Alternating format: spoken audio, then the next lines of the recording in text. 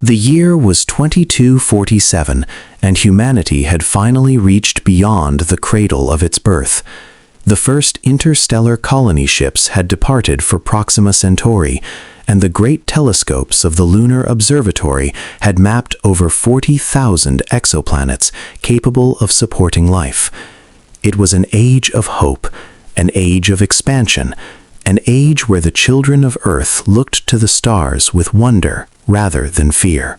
Ambassador Elena Vasquez stood before the crystalline viewport of the United Earth Council's orbital station, watching the blue marble of Earth rotate slowly beneath her. In 3 hours, she would be making first contact with an alien species. The Volanthri had arrived 2 weeks ago, their elegant silver vessels appearing at the edge of the solar system with a message of peace and cooperation. "Ambassador," her aide called from behind, "the delegation is ready to receive you." Elena straightened her formal uniform and turned from the window. She had spent her entire career preparing for this moment. Decades of diplomatic training, years of studying theoretical xenolinguistics, countless simulations of first contact scenarios. None of it had prepared her for the reality of knowing that in mere moments she would shake hands, or whatever appendage they offered, with beings from another world. The conference chamber had been designed specifically for this occasion. Neutral colors, comfortable temperature, atmospheric composition adjusted to accommodate both species. As Elena entered, she saw them for the first time in person. The Volanthri were beautiful, in an alien way, tall and slender, with skin that shifted between shades of pearl and silver. They moved with a grace that made human motion seem clumsy by comparison. Their eyes were large and luminous, filled with an intelligence that transcended the barriers of species. There were 3 of them, dressed in flowing robes of deep crimson. The leader stepped forward. "It's her," Elena corrected herself, having been briefed on Volanthri gender expressions, mouth curving into what appeared to be a smile.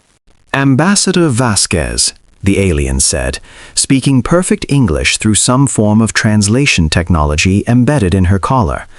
"I am Sovereign Speaker Ilithara of the Volanthri Concordat. It is our great honor to finally meet the children of Earth." Elena extended her hand, and Ilithara took it gently. The alien's touch was cool, like touching polished marble. "The honor is ours, Sovereign Speaker. Humanity has dreamed of this moment for centuries." "As have we," Ilithara replied, her luminous eyes reflecting something Elena couldn't quite identify. "More than you could possibly know." The negotiations proceeded smoothly over the following weeks. The Volanthri offered technology, cultural exchange, and most importantly, membership in something called the Galactic Concordat, a loose alliance of spacefaring civilizations that maintained peace and fostered cooperation among the stars. It seemed too good to be true. Because it was. Dr. Marcus Chen had spent 40 years studying Earth's geological and biological history. As the director of the Global Historical Research Institute, he had access to every archaeological database, every fossil record, every fragment of humanity's deep past. When the Volanthri offered to share their own historical records with humanity, Marcus was among the first to receive access. What he found changed everything. The files were extensive, millions of years of galactic history, cataloged with a precision that made human record-keeping look primitive. Marcus spent weeks navigating through the archive, learning about civilizations that had risen and fallen before Earth had even formed. And then, on a quiet Tuesday evening in his office on the 47th floor of the Hong Kong Research Tower, he found the entry that would ignite a war. It was labeled simply Sol 3 Intervention Protocol, Cycle 7,432,891. Marcus opened the file, expecting perhaps a brief notation of some ancient astronomical survey. Instead, he found himself staring at detailed records of systematic biological manipulation, genetic modification of early hominids, conducted over a span of nearly 2 million years. His hands began to shake as he read further. The Valanthiri had not merely visited Earth in the distant past. They had engineered humanity. They had spliced and modified, experimented and adjusted, turning a promising species of primates into something specifically designed to serve their purposes. The documents described humanity as a servant caste project, beings created to be intelligent enough to perform complex tasks, but psychologically conditioned to accept subservience. But there was more. The records showed that the project had been deemed a failure approximately 12,000 years ago. The humans had proven too independent, too aggressive, too unpredictable. The Valanthari had debated whether to terminate the project entirely, to wipe humanity from existence, but had ultimately decided to simply abandon Earth and monitor from afar. They had placed observation satellites in distant orbits. They had recorded humanity's every step forward, every stumble backward. They had watched the rise and fall of empires, the birth of religions, the development of technology, and they had been waiting. Waiting for humanity to reach a certain level of development. Waiting to reclaim their property. Marcus found the final document in the intervention file. It was dated just 3 years before the Valanthiri's arrival in the solar system. It was a proposal to reintegrate humanity into the Concordat as a managed species, a polite term for slaves. The vote had been unanimous. When Marcus brought his findings to the United Earth Council, the initial reaction was disbelief. Surely there had been some mistranslation, some cultural misunderstanding. The Valanthiri had been nothing but gracious and generous since their arrival. But the evidence was irrefutable. Chancellor Yuki Tanaka ordered a complete review of all Valanthari communications and technologies. What the analysts found confirmed Marcus's discovery. Hidden subroutines in the translation devices, subtle psychological conditioning woven into the cultural exchange materials, nanoscopic trackers in every gift the Valanthari had bestowed. The elegant aliens were not saviors, they were slavers. Chancellor Tanaka called an emergency closed session of the council. The 147 representatives of Earth's nations and colonies sat in stunned silence as the evidence was presented. When it was finished, there was no debate, no discussion, no political maneuvering. For the first time in human history, the vote was unanimous. Humanity would not kneel. Part 2. The First Blood. The challenge with confronting the Valanthari was that they were not simply one species with a handful of ships. The Galactic Concordat comprised 73 member civilizations, commanded a fleet of over 2 million vessels, and had been maintaining order in the galaxy for more than 40,000 years. Humanity, by contrast, had barely mastered fusion propulsion and possessed exactly 17 interstellar-capable ships. Admiral James Okonkwo understood these odds better than anyone.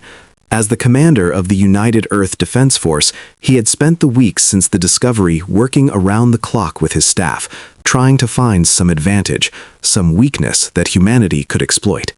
"We can't win a conventional war," his chief strategist, Commander Sarah Park, stated flatly during one of their planning sessions. "Their technology is at least 10,000 years ahead of ours. Their numbers are overwhelming. Their experience in interstellar warfare is practically unlimited." "Then we don't fight a conventional war," Okonkwo replied. He pulled up a holographic display of the Concordat's known territory, a vast sphere encompassing nearly a quarter of the galaxy. But Okonkwo wasn't looking at the sphere. He was looking at the lines. The Concordat has been at peace for millennia. Their military doctrine is designed to suppress rebellions, not fight wars. Every one of their species has been integrated so slowly, so carefully, that resistance has always been minimal and easily crushed. He zoomed in on Earth's location, a tiny point at the very edge of the sphere. "They've never encountered a species that fights the way we do. They've never faced an enemy willing to sacrifice everything, willing to destroy itself if necessary, rather than submit. Commander Park frowned. Sir, are you suggesting we adopt a policy of mutually assured destruction? I'm suggesting we adopt a policy of making ourselves more trouble than we're worth. And then, when they're distracted, when they're complacent, when they've written us off as a minor inconvenience, Okonkwo's eyes hardened. We strike at their heart. The plan that emerged was unlike anything humanity had ever conceived. It would take decades to implement, would require sacrifices that most people couldn't even imagine, and had only a marginal chance of success. But it was the only plan that offered any hope at all. The Valanthari fleet arrived at Earth 6 months after the discovery, when humanity's leaders pretended to still be negotiating in good faith. There were 300 warships, each one capable of reducing a continent to molten slag. Sovereign Speaker Ilithara transmitted her final ultimatum from the bridge of the flagship. People of Earth, the time for discussion has ended. You will accept integration into the Concordat under the terms we have specified, or you will face the consequences of defiance. You have one standard rotation to respond. Chancellor Tanaka's response was broadcast to every human being on Earth, on the Moon, on Mars, on the stations and outposts and ships scattered throughout the solar system. People of Earth, we are not alone in the universe, but we have learned that the cosmos is not the welcoming place we had hoped. The beings who have come to our world are not friends. They are masters who seek to reclaim slaves who were never theirs to claim. Millions of years ago, they may have shaped our ancestors, but they did not create our spirits. They did not craft our dreams. They did not forge the will that has carried us from the caves to the stars. We are humanity. We bow to no one. To the Valanthari fleet in our skies, you have made a grave error. You believe that because you created our bodies, you own our souls. You are about to learn how wrong you are. We choose war. The Valanthari responded with predictable contempt. They had subjugated hundreds of species. A handful of primitives who had barely discovered faster-than-light travel posed no threat. Ilithara gave the order to begin the pacification. What happened next became known as the 13 Days of Fire. The Valanthari began their assault with precision strikes against humanity's military installations. Their weapons were beyond anything human scientists had imagined. Concentrated gravity beams that could collapse buildings into singularities, energy projectors that turned steel into plasma, drone swarms that could strip a city to its foundations in hours. In the first day alone, they destroyed the orbital defense platforms, the lunar bases, and the primary military installations on 6 continents. Humanity lost over 400 million people. But humanity had known this was coming. While the Valanthari had been negotiating, while they had been sharing their technology and their culture, human scientists had been reverse engineering every scrap of alien technology they could access. The nanoscopic trackers had been studied and neutralized. The psychological conditioning had been analyzed and countered. And most importantly, the basic principles of Valanthari weapons had been understood, if not replicated. On the second day, when the Valanthari sent ground forces to occupy the major cities, they were met with resistance unlike anything they had ever encountered. Human soldiers, armed with conventional weapons that should have been useless against alien armor, fought with a ferocity that stunned the invaders. They rigged buildings to collapse on advancing troops. They turned subway systems into death traps. They attacked supply lines with suicide bombers who smiled as they pressed the detonators. The Valanthari had expected surrender. They found instead a species that preferred death to submission. By the 5th day, the ground invasion had stalled. The aliens controlled vast swaths of territory, but every inch was contested, every building a potential ambush, every civilian a possible combatant. The Valenthari commanders reported back to the Concordat High Council with unprecedented concern. "These creatures are insane," one commander stated in an intercepted transmission. "They throw themselves at our positions with no regard for their own lives. Their wounded fight until they die. Their civilians, even their children, resist with whatever weapons they can find. We have conquered species that outnumbered us 1,000 to 1 with less difficulty than this." On the 7th day, humanity unveiled its first surprise. The scientists who had been studying Valenthari technology had managed to replicate one component, the gravity beam. They couldn't match the alien weapons in power or precision, but they could build something almost as effective. They called it the hammer. The hammer was a satellite, one of thousands that humanity had placed in orbit over the decades. To Valenthari sensors, it looked like a communication relay, utterly insignificant. But when it activated, it directed a focused gravitational pulse at the enemy flagship. The pulse wasn't strong enough to destroy the ship, but it was strong enough to destabilize its artificial gravity, to send its crew tumbling, to knock its weapons offline for precious seconds. And in those seconds, a single human craft, a modified cargo freighter packed with nuclear weapons, completed its kamikaze run. The flagship exploded. Ilithara died instantly. The destruction of the flagship sent shockwaves through the Valenthari fleet. They had not lost a capital ship in over 3,000 years. They had certainly never lost one to a species they considered primitive. But the loss also inflamed their fury. On the 9th day, the new fleet commander, Admiral Vorithak, ordered a strategic shift. Instead of trying to occupy Earth, they would simply destroy it. The bombardment that followed was apocalyptic. Cities were erased from existence, continents burned.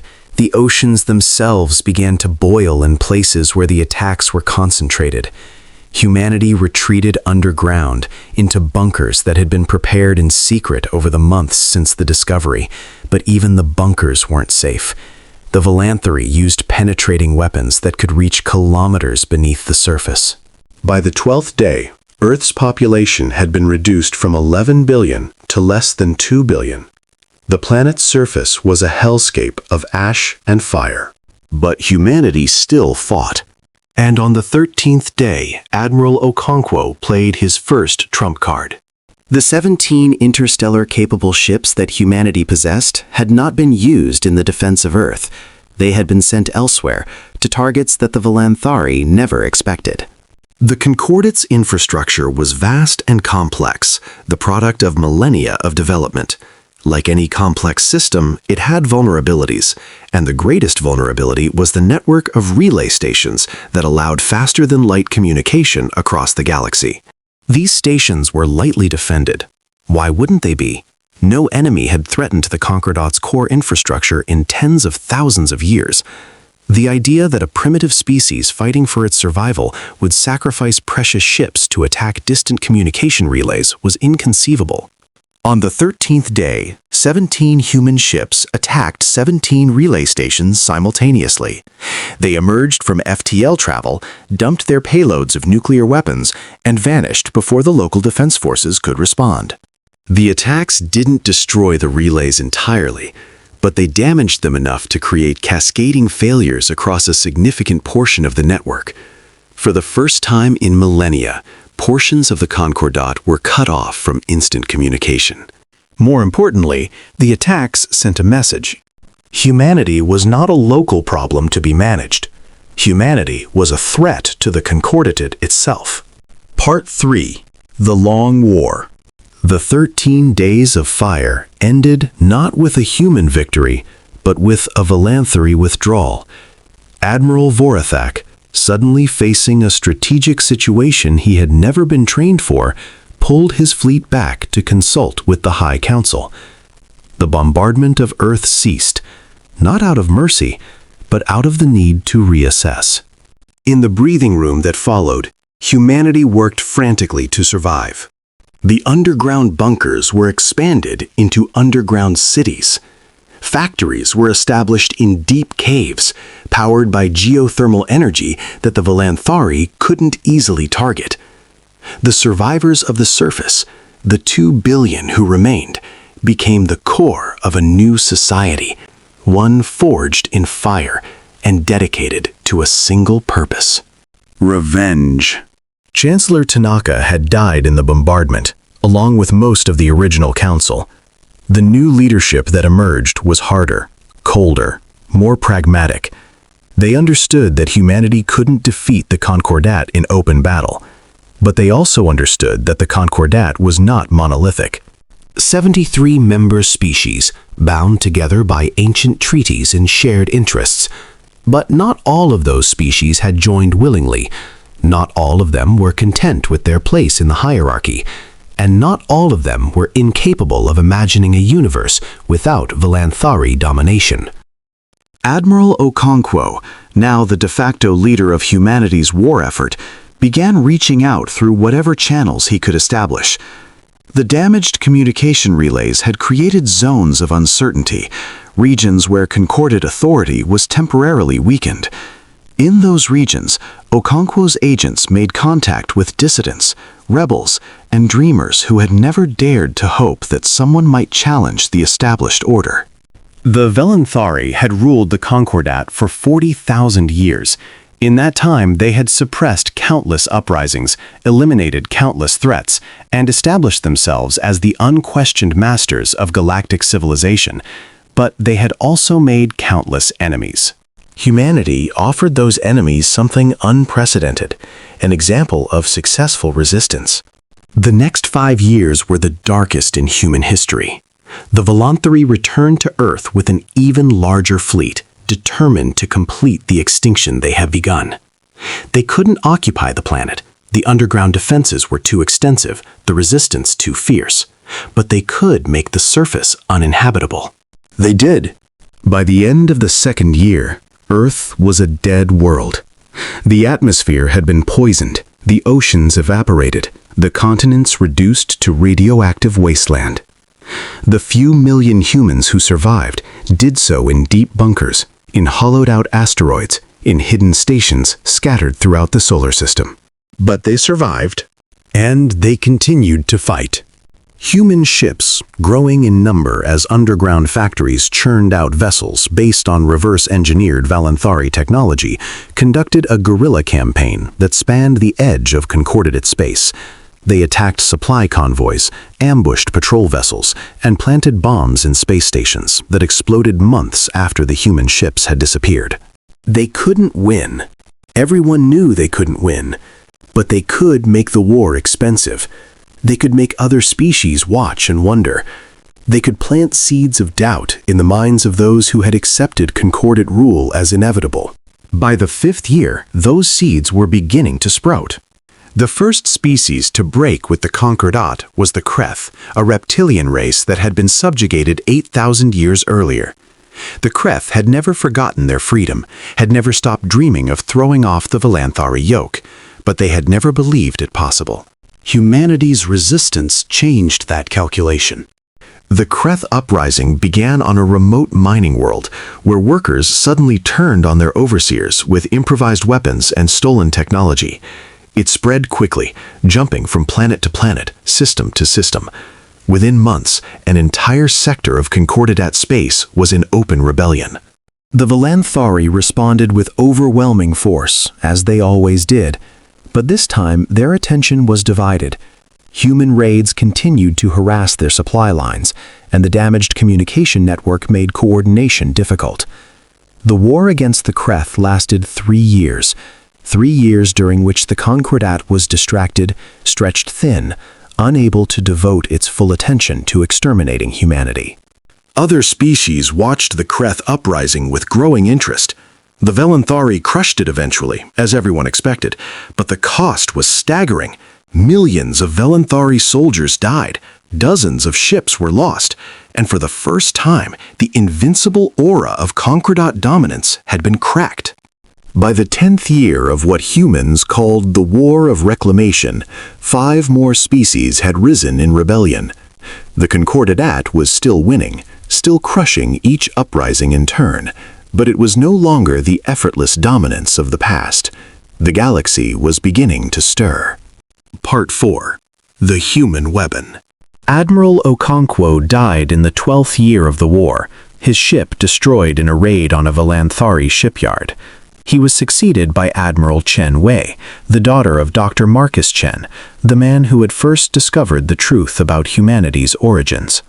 Chen Wei had grown up in the underground bunkers of Earth, had seen her world die above her, had lost her father to a Valanthari assassin sent to silence the man who knew too much. She carried no illusions about the enemy, no hope for negotiated peace, no belief in the essential goodness of the universe. She believed only in vengeance.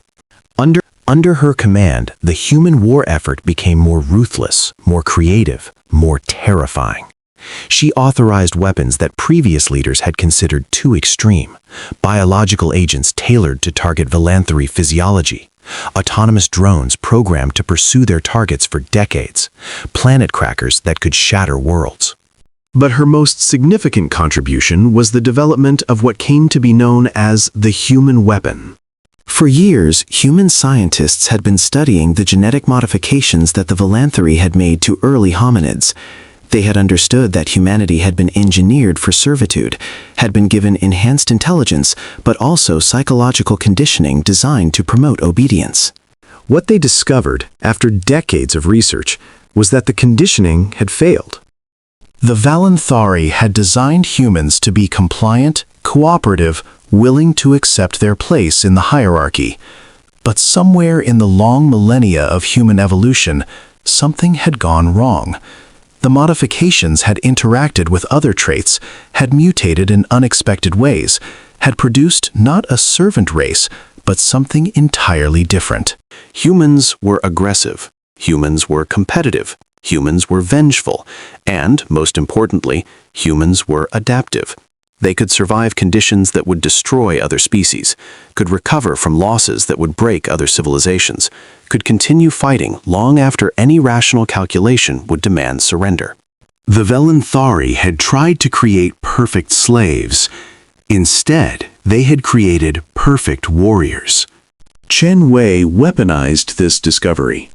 The human weapon wasn't a bomb or a beam or a fleet of ships.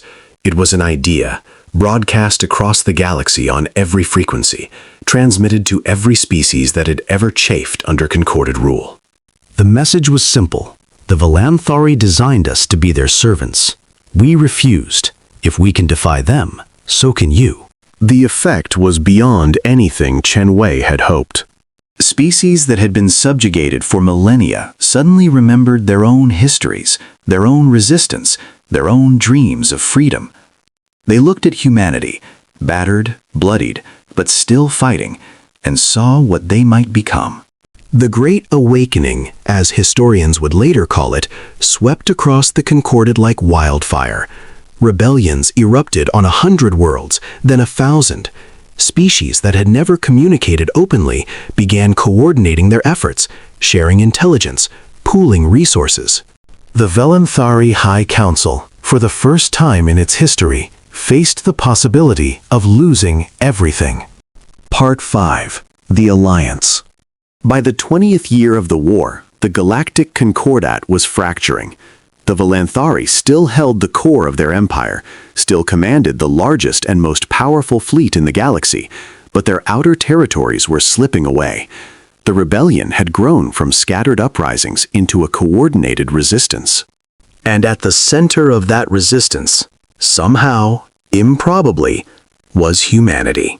Admiral Chen Wei had established contact with dozens of rebel species, had forged alliances that cut across millions of years of mutual suspicion.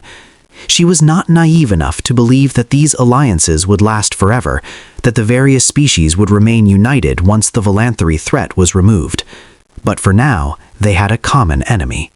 The Alliance of Free Species, as it came to be called, was a fragile thing. Each member had its own agenda, its own history, its own reasons for fighting. The Kreth wanted to reclaim their ancestral homeworlds. The Thorin wanted to preserve their unique culture. The Vesikar wanted economic independence. Humanity wanted annihilation.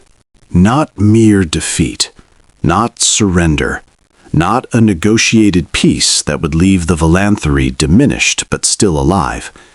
Chen Wei made it clear to every ally, every council, every diplomatic gathering, humanity would not rest until the Philanthropy were extinct.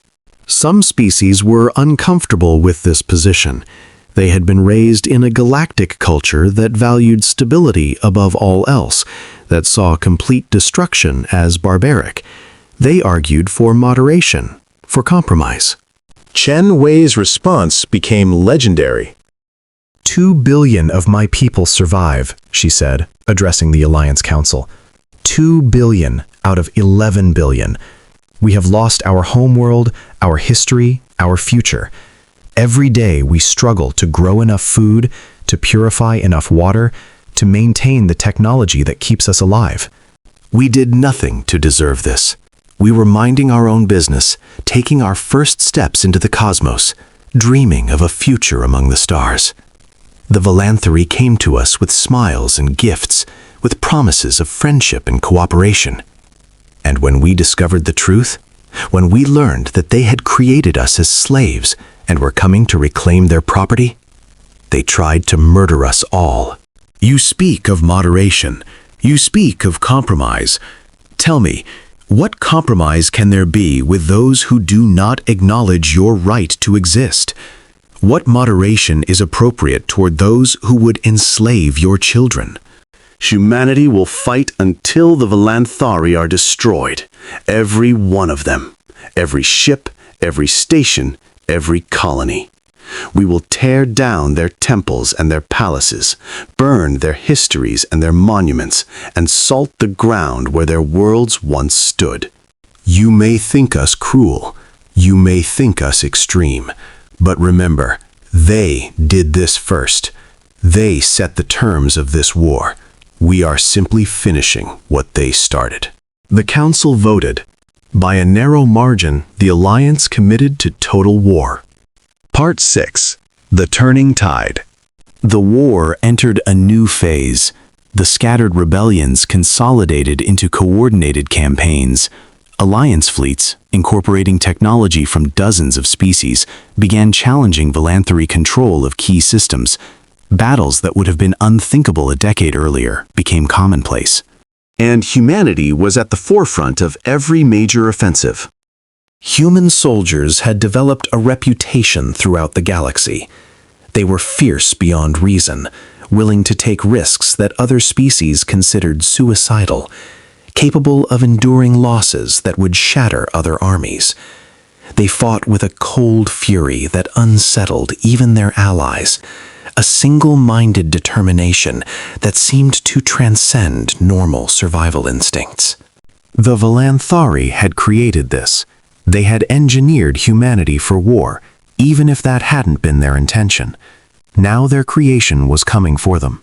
By the 30th year of the war, the tide had turned decisively. The Concordat had been reduced to a core of about 24 systems, protected by the strongest defenses in the galaxy, but cut off from the resources and manpower that had once sustained its dominance. The Alliance, swollen with new members as species rushed to join the winning side, surrounded the Philanthropy remnant like wolves circling a wounded prey. But the Philanthropy were not finished. Their core worlds were ancient, developed over tens of thousands of years, fortified with technologies that even the Alliance couldn't fully understand. Their population, while reduced, still numbered in the hundreds of billions. Their military, concentrated in defense of the homeland, remained formidable. The final assault would be the most costly campaign in galactic history. Chen Wei, now elderly but still in command, addressed the Allied fleet before the final push. Soldiers of the Alliance, warriors of 100 species, today we begin the end of the longest war in galactic history. For 40,000 years, the Philanthropy have ruled this galaxy. They have subjugated, enslaved, and murdered untold trillions of beings. They have declared themselves the masters of all life, the arbiters of all civilization. Today, we end their dominion. The battles ahead will be fierce. Many of us will not survive. But know this: every life spent in this cause is a blow against tyranny. Every death is a step toward freedom. Every sacrifice brings us closer to a galaxy where no species claims dominion over another. For humanity, this war is personal. The Valanthari tried to murder our entire species. They nearly succeeded, but we survived, and we have spent 3 decades building toward this moment. Soon, the Valanthari will know what it means to face extinction. They will understand the terror they inflicted on Earth. They will feel what we felt as our world burned around us. This is not merely justice. This is the universe correcting a mistake. The Valanthari should never have existed. Their dynasty should never have risen. Their empire should never have spread its corruption across the stars. Today, we set things right. Attack. Part 7. The Fall of the Valanthari. The Battle of the Core, as it came to be known, lasted for 3 years. The Valanthari fought with the desperation of the doomed. They knew that surrender was not an option, that the Alliance, driven by humanity's relentless hatred, would accept nothing less than total annihilation. They threw everything they had into the defense of their remaining worlds, sacrificed millions of soldiers in futile counterattacks, deployed weapons so terrible that entire systems were rendered uninhabitable. But it was not enough. The Alliance advanced system by system, planet by planet, crushing the Valanthari resistance with methodical precision. Human soldiers were always in the vanguard, always the first to land, always the last to leave. They took no prisoners. By the second year, half of the core systems had fallen. The Valanthari, once masters of the galaxy, were reduced to huddling in the remaining territory, watching helplessly as their worlds were conquered one by one. By the 3rd year, only the homeworld remained. Valanthar was an ancient world, the cradle of the species that had dominated the galaxy for longer than most civilizations had existed. It was beautiful in its way, towering crystalline cities, vast gardens of bioluminescent plants, monuments to achievements that spanned millennia. The Alliance fleet surrounded it. Chen Wei, now in the final weeks of her life, insisted on commanding the final assault personally. Her flagship, the Earth's Vengeance, led the attack. The bombardment began at dawn, local time. Unlike the Valanthari assault on Earth, this was not a campaign of extinction from orbit. Chen Wei wanted the Valanthari to experience what humanity had experienced. She wanted them to fight on the ground, to see their cities burn, to watch their children die. She wanted them to know despair. The landing craft descended through flames, carrying soldiers from a dozen species, but led by humans. They fought through the crystalline streets, advancing block by block, building by building. The Valanthari resisted fiercely, but they were outnumbered, outgunned, and utterly without hope. The final battle was fought in the Hall of Sovereigns, the ancient chamber where Valanthari rulers had proclaimed their dominion over the galaxy for 40 millennia. Chen Wei led the assault personally, her aged body sustained by medical technology that would give out within days. The last Valanthari sovereign, an ancient being named Corolith, met her there. "You have won," he said, his voice calm despite the carnage around them. "But at what cost? You have become what you hate. You have slaughtered billions. You have committed genocide." Chen Wei looked at him with eyes that had seen too much death to be affected by rhetoric. "You should have left us alone," she said simply. "We made you. We had the right." You had no rights. No one has the right to own another being. No one has the right to create sentient life for servitude. No one has the right to decide that another species should not exist. She raised her weapon. We will build a better galaxy, she continued, one where no species claims dominion over another, one where your memory serves as a warning to any who might try to follow your path. Corlith's composure finally cracked. You cannot destroy us all. Somewhere, some Velanthari will survive, and they will remember. They will return. They will. No, Chen-Wei said. They won't. She fired. Part 8. The Purge. The death of the last sovereign did not end the war. Chen-Wei had made a promise, the complete extinction of the Valanthari species, and humanity intended to keep it.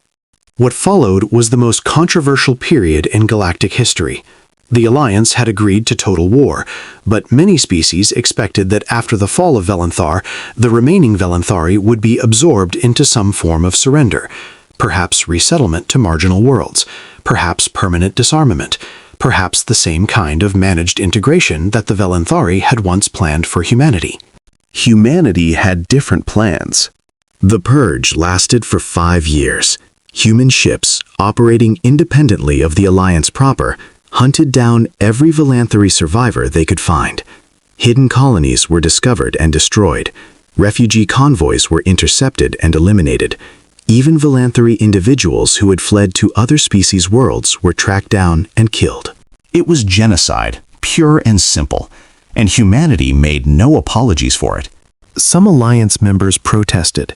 They argued that the Valanthari threat had been neutralized, that continued killing served no strategic purpose, that humanity was becoming a monster.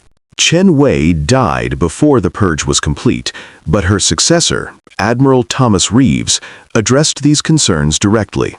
You don't understand, he said to the Alliance Council. You can't understand, because your species weren't created as slaves. You weren't engineered to serve beings who considered you less than animals. You didn't watch your homeworld burn while its destroyers laughed. The Valanthari represent something that cannot be allowed to exist, not because of what they might do in the future, but because of what they are. They are a species that believed in their very essence that they had the right to own other beings. That belief was built into their culture, their religion, their very identity. As long as even one Valanthari exists, that belief exists. And as long as that belief exists, the potential for another Concordat exists. We will not take that chance. We cannot. The purge continued.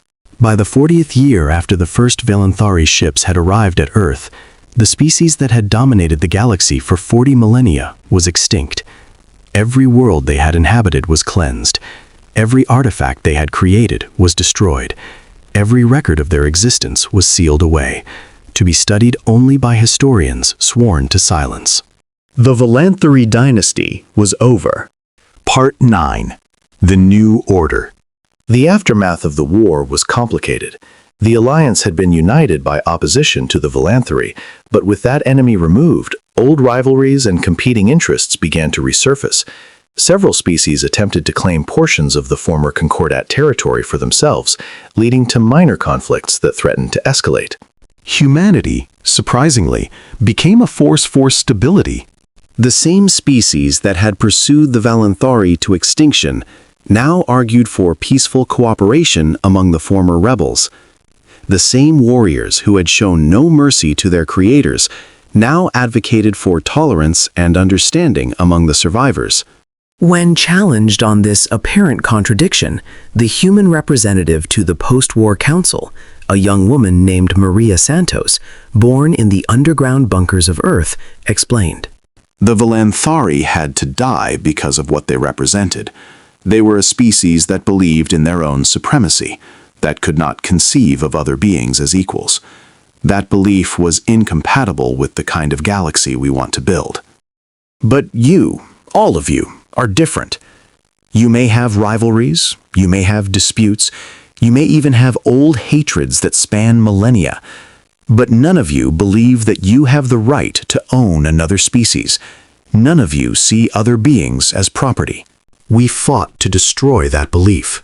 We killed an entire species to ensure that belief could never rise again. Now that the war is over, our goal is to build something better, something that includes all of you. Humanity has learned through fire and blood what it means to have enemies who wish to destroy us. We have no desire to create more such enemies. We want allies. We want friends. We want a galaxy where cooperation replaces domination, where trade replaces conquest, where diplomacy replaces war. But know this. If any species ever attempts what the Visionaries attempted, if any species ever tries to enslave or exterminate another, humanity will respond as we responded before. We will destroy them utterly, without mercy or hesitation. That is our promise and our warning. The council listened, and slowly, a new order began to emerge. Part 10. A New Dawn. 300 years after the War of Reclamation, the galaxy was unrecognizable from what it had been under the Visionaries. The Alliance of Free Species had evolved into the Galactic Commonwealth, a loose federation that included over 200 spacefaring civilizations. Trade flourished between worlds that had never before communicated. Cultural exchange enriched every member species.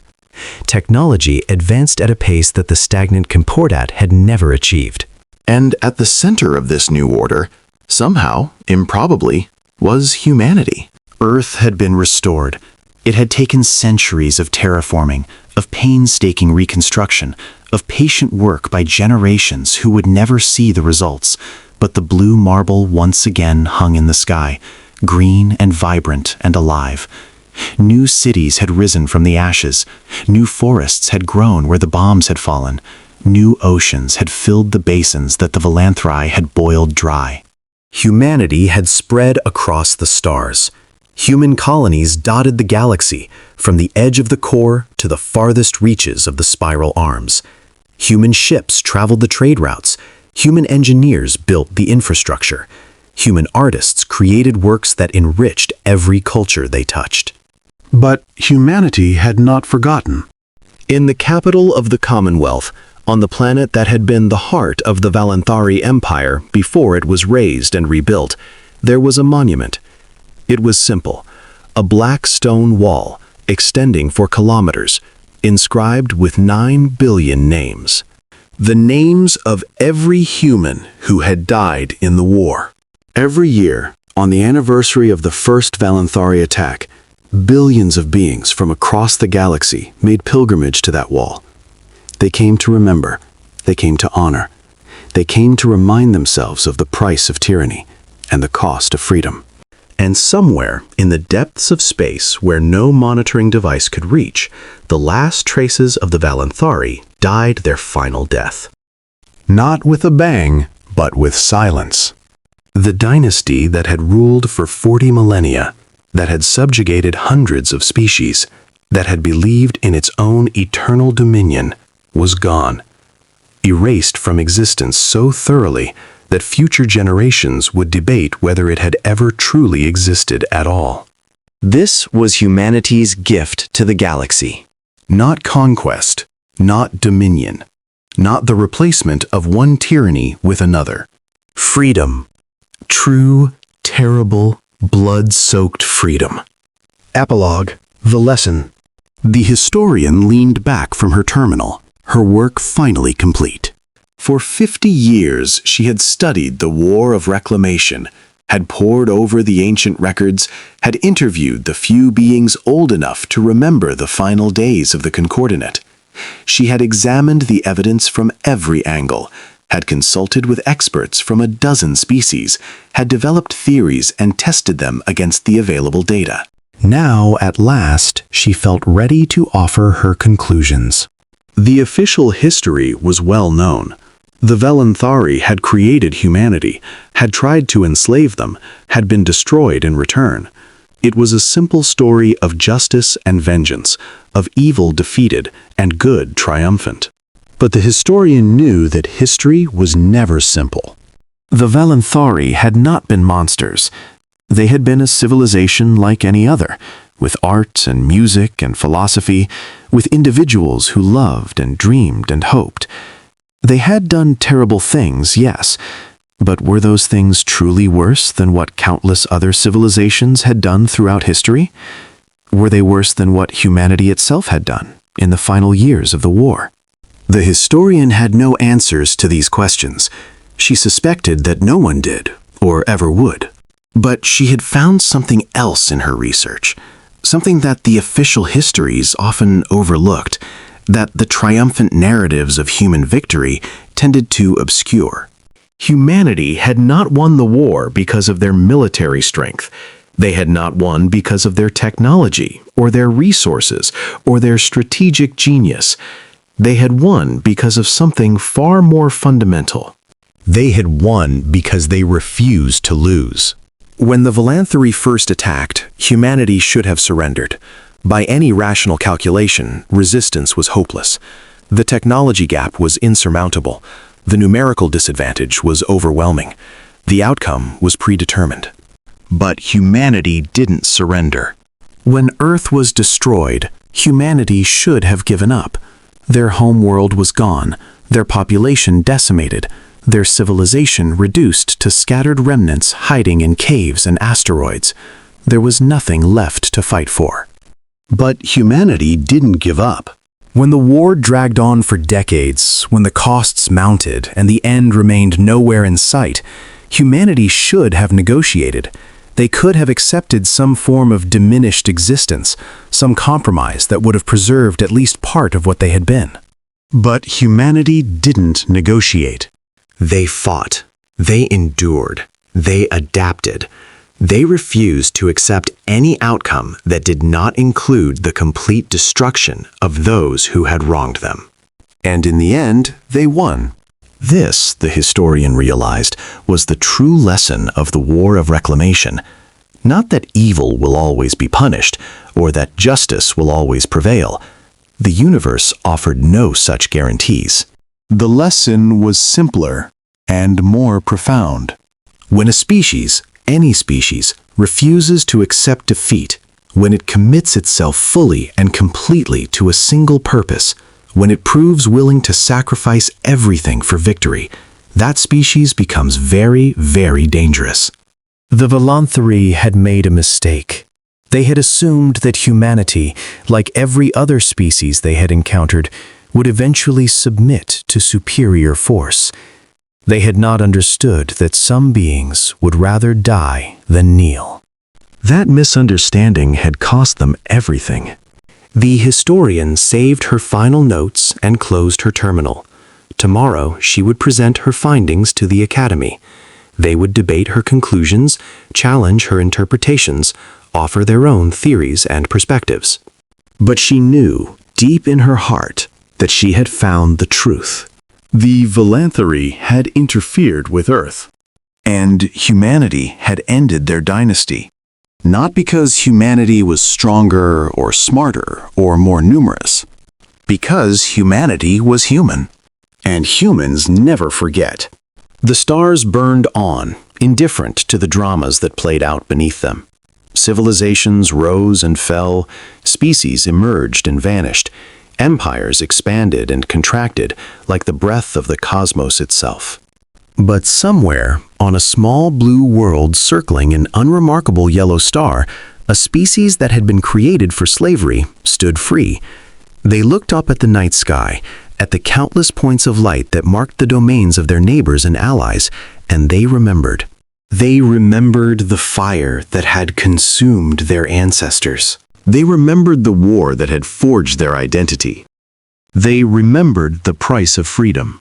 And they vowed, as they had vowed for 300 years, that no species would ever threaten humanity again. The galaxy was at peace. But humanity was always ready, just in case someone forgot the lesson. This account has been verified by the Commonwealth Historical Archives. All events described are based on primary sources and survivor testimonies. The Volanthori are remembered as a warning, not as a model. May their fate remind all civilizations that no species has the right to rule another, and that tyranny always ends in destruction. Memorial inscription, Wall of the Fallen, Commonwealth Capital World. End.